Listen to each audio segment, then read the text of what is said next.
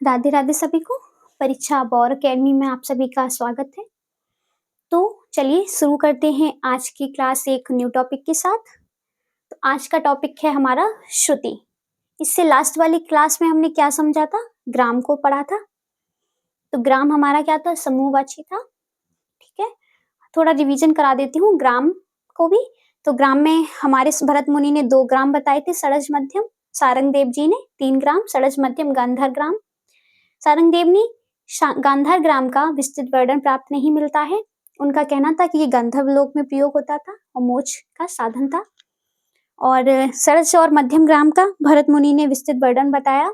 सड़ज ग्राम में और मध्यम ग्राम में, दोनों ग्राम में 22 श्रुतियों का समावेश। सड़ज ग्राम में श्रुत्यांतर हमारा क्या था? 4-3-2, 4-4-3-2। और मध्यम ग्राम का 4-3-2, 4-3-4-2। ठीक है, श्रुति क्रम क्या था? तो 4-7-9-13-17-20-22 मध्यम ग्राम का। पंचम 16वीं पे था, तो 4-7-9-13-16-20-22। तो चलिए शुरू करते हैं आज का टॉपिक श्रुति। तो श्रुति क्या है? तो सबसे पहले जानेंगे, एक श्लोक है छोटा सा, उसे लिखेंगे कि श्रूयति इति स्वरा। क्या है? तो श्रूयति यानी कि श्रूयति इति स्वरा। स्वरा यानी कि स्वर, श्रु यानी कि शब्द से ही समझ में आ रहा होगा आपको, यानी कि सुनना। तो यहाँ पे लिखेंगे कि जो कुछ कानों से स्पष्ट सुना जाए वह श्रुति है। तो ये हमारा क्या हो जाएगा कि जो कुछ, यहाँ पे लिख लीजिए आप कि जो कुछ, ये एक डेफिनेशन है श्रुति की, कि जो कुछ कानों द्वारा कैसा सुना जाए? तो स्पष्ट। जो कुछ कानों द्वारा स्पष्ट सुना जाए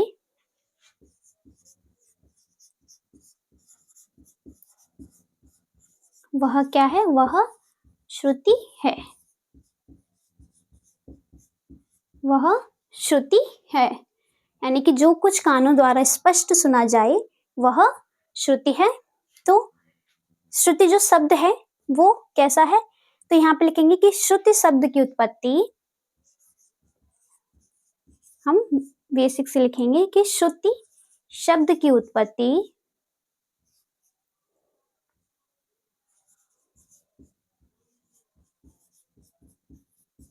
श्रुति शब्द की उत्पत्ति किससे हुई है? तो श्रु धातु से हुई है। श्रु धातु से हुई है, जिसका अर्थ क्या है? तो जिसका अर्थ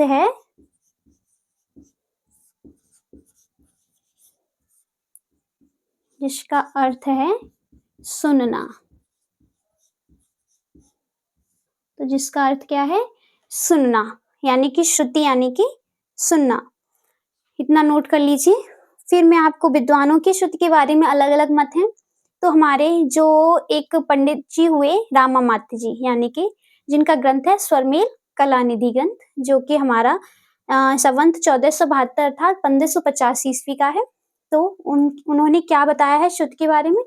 तो यहाँ पे लिखेंगे कि स्वरमेल कलानिधि में वर्णित है, या फिर ऐसे लिख लीजिए कि रामामात्यकृत स्वरमेल कलानिधि में वर्णित है। तो आप ऐसे ही लिख लीजिए, नहीं तो आप राइटर भूल जाएंगे इनके। तो यहाँ पे लिखेंगे कि रामामात्यकृत स्वरमेल कलानिधि में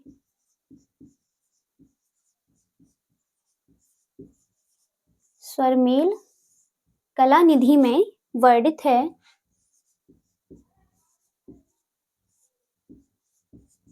क्या वर्णित है? कि हृदय में 22 नाड़ियां होती हैं। तो इन्होंने क्या बताया रामामात्य जी ने? कि हृदय में 22 नाड़ियां होती हैं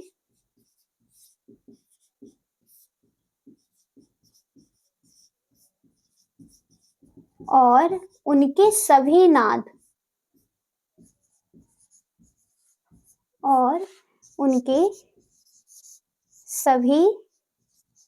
नाद स्पष्ट सुने जा सकते हैं। कैसे सुने जा सकते हैं? तो स्पष्ट सुने जा सकते हैं। नाद मैं आपको पढ़ा चुकी हूं कि उनके सभी नाद स्पष्ट सुने जा सकते हैं। यहाँ पे लिखेंगे कि 22 श्रुतियों के अंतर्गत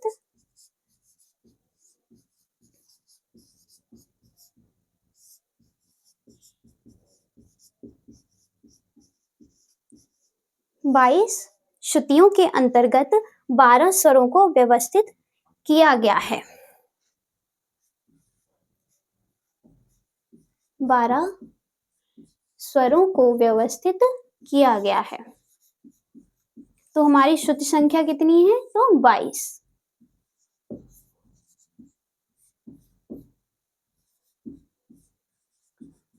व्यवस्थित किया गया है।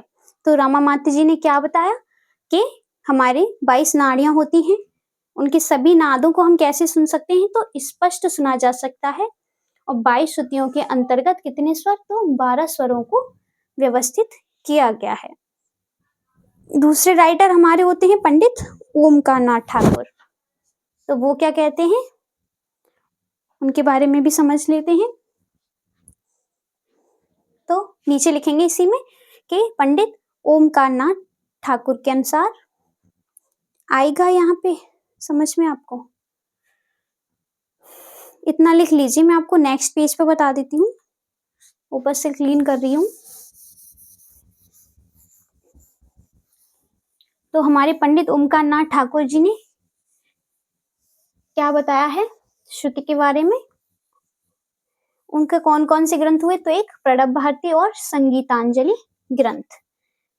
तो यहाँ पे लिखेंगे कि पंडित ओमकार नाथ ठाकुर के अनुसार, पंडित ओमकार नाथ ठाकुर के अनुसार, तो इन्होंने क्या बताया है श्रुति के बारे में? आइए समझते हैं। तो ये कहते हैं कि हमारे जो कुछ कानों द्वारा, यानी कि जो कुछ कानों द्वारा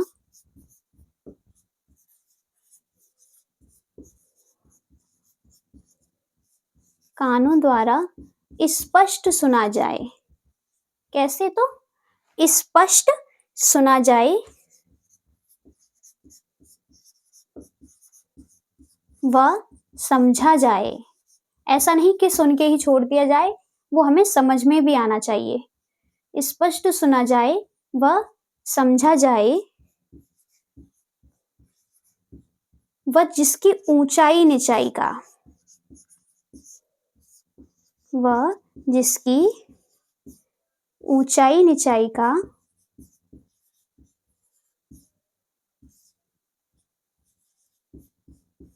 क्या किया जा सके? तो अनुभव किया जा सके।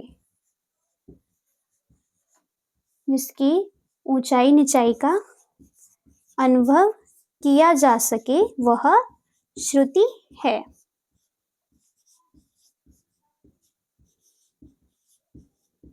तो इन्होंने क्या बताया कि सुना तो जाए स्पष्ट, लेकिन उसे हमें समझ में भी आना चाहिए और उसका हम अनुभव कर सकें कि क्या, कितना ऊंचा है, कितना नीचा है, वो क्या है। ठीक है। तो जो कुछ कानों द्वारा स्पष्ट सुना जाए, समझा जाए, व जिसकी ऊंचाई निचाई का हम अनुभव किया जा सके वह श्रुति है। तो इसका जो श्रुति का जो वर्णन है वो हमें 22 श्रुतियों के नाम कहाँ मिलते हैं, ये सब यहाँ पे लिखेंगे कि पंडित, अगले विद्वान कौन से हुए? तो पंडित दामोदर, जिनका ग्रंथ क्या है? तो संगीत श्रुति दर्पण ग्रंथ है इनका। तो इसमें लिखेंगे कि पंडित दामोदर ने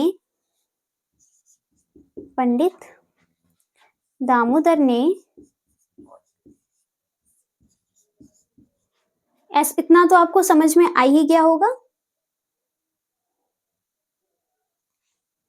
पंडित दामोदर ने अपनी ग्रंथ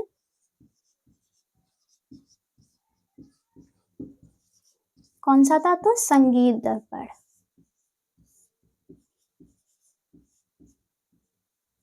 अपनी ग्रंथ संगीत दर्पण में 22 श्रुतियों के नामों का उल्लेख किया है। 22 श्रुतियों के नामों का उल्लेख किया है।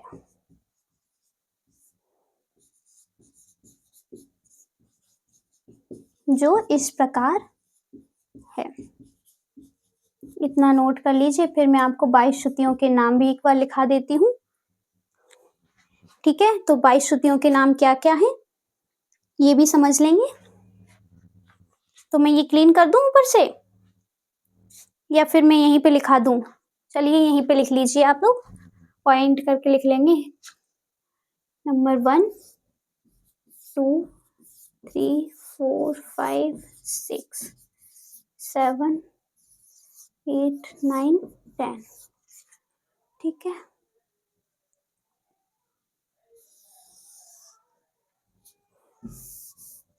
तो यहाँ पे लिखेंगे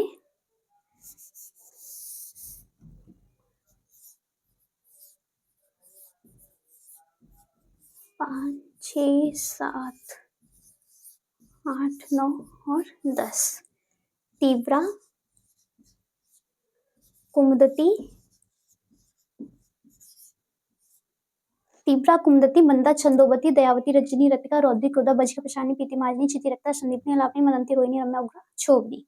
तो ये हमारी 22 श्रुतियां हैं। तो इसे लिखेंगे क्रमशः तीव्रा, कुमुदती, मंदा, छंदोवती, दयावती, रंजिनी, रतिका, रौद्री, क्रोधा, वर्जिका। ये हमारी कितनी हो गई? तो ये हमारी 10 श्रुतियां हो गई। यहां से लिखेंगे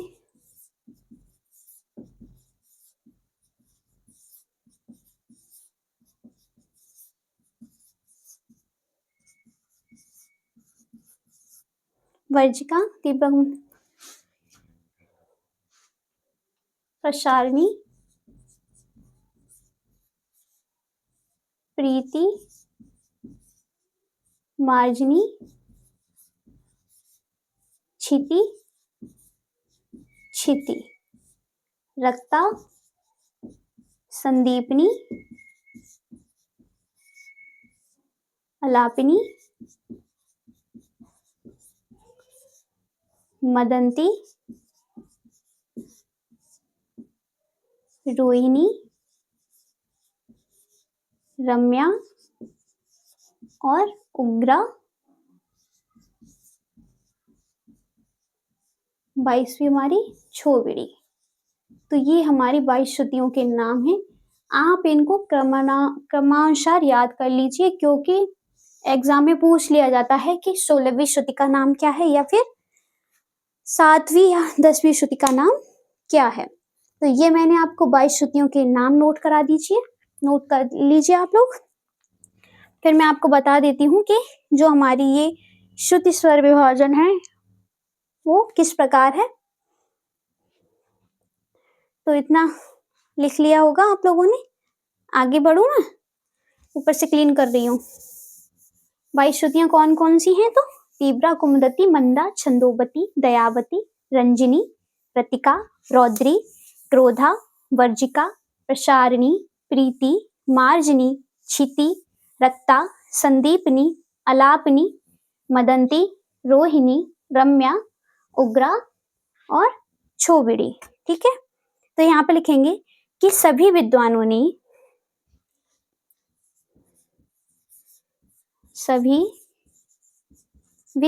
ने भरत का अनुसरण या भरत मुनि का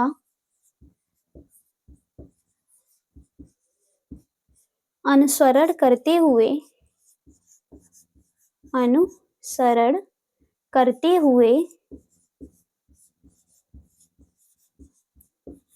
श्रुति स्वर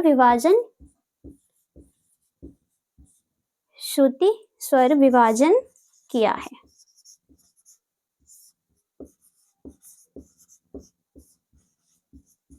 जो इस प्रकार है।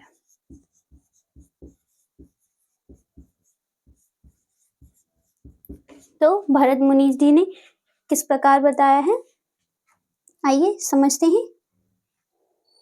यहाँ पे लिखेंगे कि भरत के अनुसार,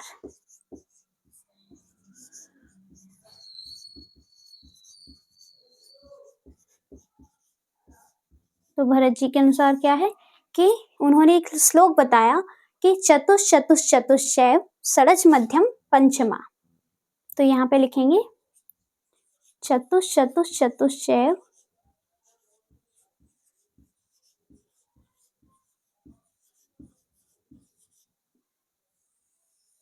क्या है, तो चतुष चतुष चतुश्चैव षडज मध्यम पंचमा,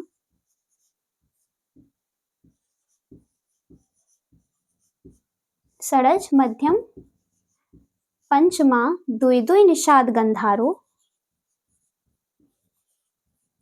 यानी कि दो दो श्रुति हो जाएंगी निषाद और गंधार की।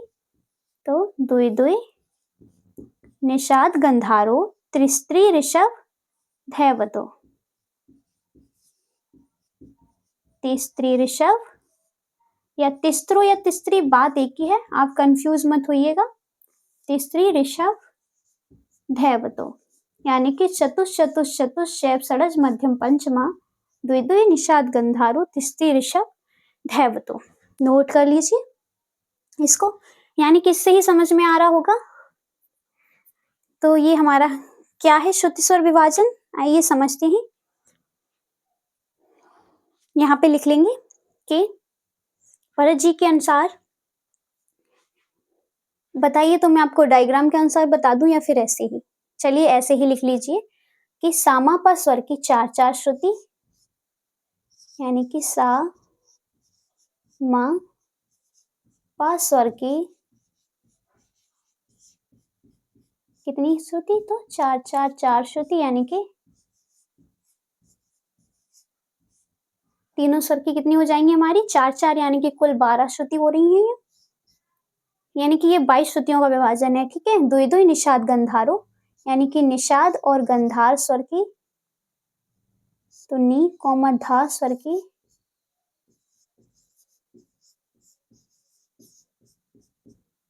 दो दो श्रुति, और एक और बचा हमारा तो ऋषभ और धैवत। ये यहाँ पे गंधार है, सॉरी माय मिस्टेक।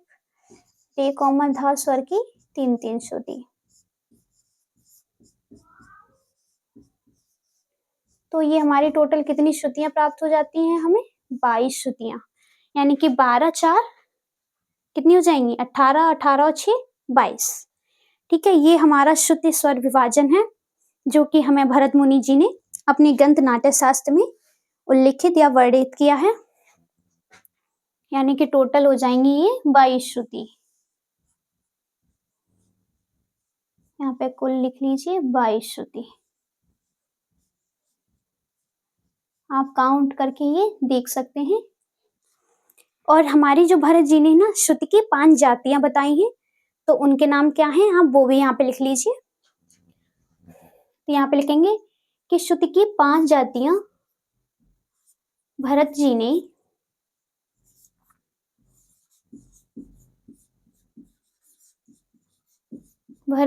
श्रुति की 5 जातियां बताई हैं।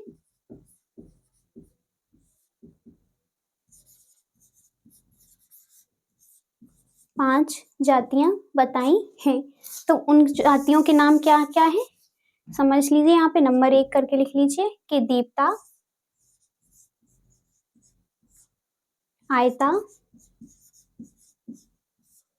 करुणा, मृदु और मध्या। तो हमारी 5 जातियां कौन कौन सी हैं, दीप्ता, आयता, करुणा, मृदु, मध्या। तो ये हमारी 5 जातियों के नाम हैं, इनको आप नोट कर लीजिए। ठीक है। तो आपको मैंने श्रुति स्वर विभाजन भी बता दिया, 22 श्रुतियों के नाम मैं बता चुकी हूँ आपको। 22 श्रुतियों के नामों का उल्लेख कहाँ मिलता है, तो दामोदर ग्रंथ, संगीत दर्पण ग्रंथ में। ठीक है। तो आज की क्लास हमारी यही समाप्त होती है। आज का टॉपिक हमारा श्रुति कंप्लीट हुआ। तो चलिए मिलते हैं हम अपनी नेक्स्ट क्लास में एक न्यू टॉपिक के साथ। तब तक के लिए राधे राधे सभी को।